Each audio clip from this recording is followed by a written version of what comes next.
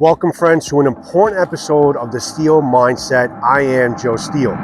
You know, being part of the blade community, especially the knife community, there are many veterans that are also knife makers, either by hobby or the owners of actual brands that we shop at. There are also many that are just everyday knife aficionados like you and I, probably for their long history of using knives. So listen, whatever the reason, we are blessed to be surrounded by so many wonderful veterans. And as you may know, my channel videos are dedicated to the respect, admiration, and awareness for veterans on my blade videos, as well as these informational videos. Listen, everyone, the sad truth is that many of them are suffering and fighting every day with a condition called post-traumatic stress disorder, or in short, PTSD. The scientific definition is a mental health condition that develops after experiencing or witnessing a traumatic event, such as a natural disaster, war, violent crime, or a serious accident. Now listen, obviously PTSD is not an ailment that is only restricted to veterans who fought in our wars. It also includes anyone who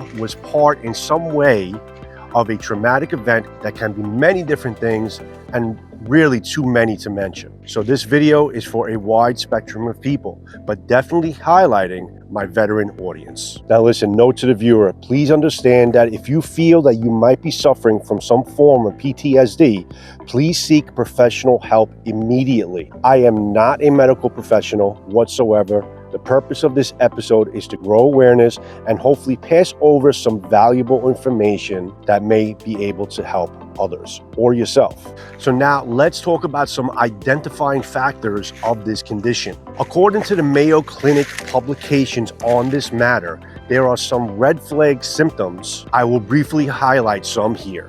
Intrusive memories. Unwanted, distressing memories that come back over and over and over again, reliving it as if it were happening again and again, also known as flashbacks. Upsetting dreams or nightmares. Severe emotional distress or physical reactions to something that reminds you of that traumatic event. Avoidance. Trying not to talk about it or think about it. Staying away from places or activities or people that remind you of it. Negative changes in thinking and mood. Ongoing negative emotions of fear, blame, guilt, anger, or shame. Memory problems, including not remembering aspects of that traumatic event. Feeling detached from family and friends. Not interested in activities that you once enjoyed. Having a hard time feeling positive emotions or feeling emotionally numb. Changes in physical and emotional reactions. Being easily startled or frightened. Always being on guard of danger. Self-destructive behavior, such as drinking too much or worse. Trouble sleeping and trouble concentrating. Irritability, anger outbursts, or aggressive behavior. Then there are some physical reactions like sweating, rapid breathing, fast heartbeat, or shaking. There are also many warning signs for children that can be also another video. Listen, I gotta tell you, it's difficult to physically hear the symptoms and what these people go through in these conditions. Listen, I am not a veteran. I can't begin to understand what they are going through. I've had, as many of us had, traumatic experiences that did affect me. As listen, we are all human, but not to this severity. So my heart really goes out to these people. Again, I am not a mental health professional, but it is commonly known that PTSD is treatable. Listen, therapy is always a great option and should be considered, like cognitive behavioral therapy, also called CBT, or something called prolonged exposure therapy. Now, if these procedures are for you, you would have to speak to a mental health professional to get more info and your options. Then, of course, there is the medical route. I know I'm with you on being medicated. Sometimes the side effects are just too much to deal with.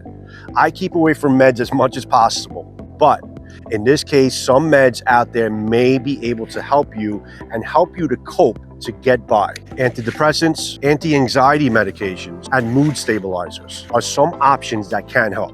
Inquire about them with your doctor.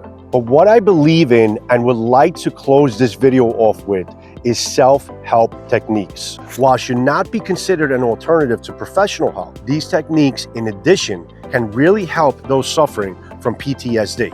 Here are some. So we have relaxation techniques such as deep breathing, meditation, and yoga can help reduce stress and anxiety. Grounding exercises. Focus on bringing yourself back to the present moment by engaging your senses, like day trips to amazing places that you may have been to before, that you once enjoyed, and maybe you can find a way to enjoy them again. Journaling. Yes, us guys, us men, we don't write things down, but believe it or not, writing down thoughts and feelings related to the trauma can help process and release emotions. Support groups, very, very important.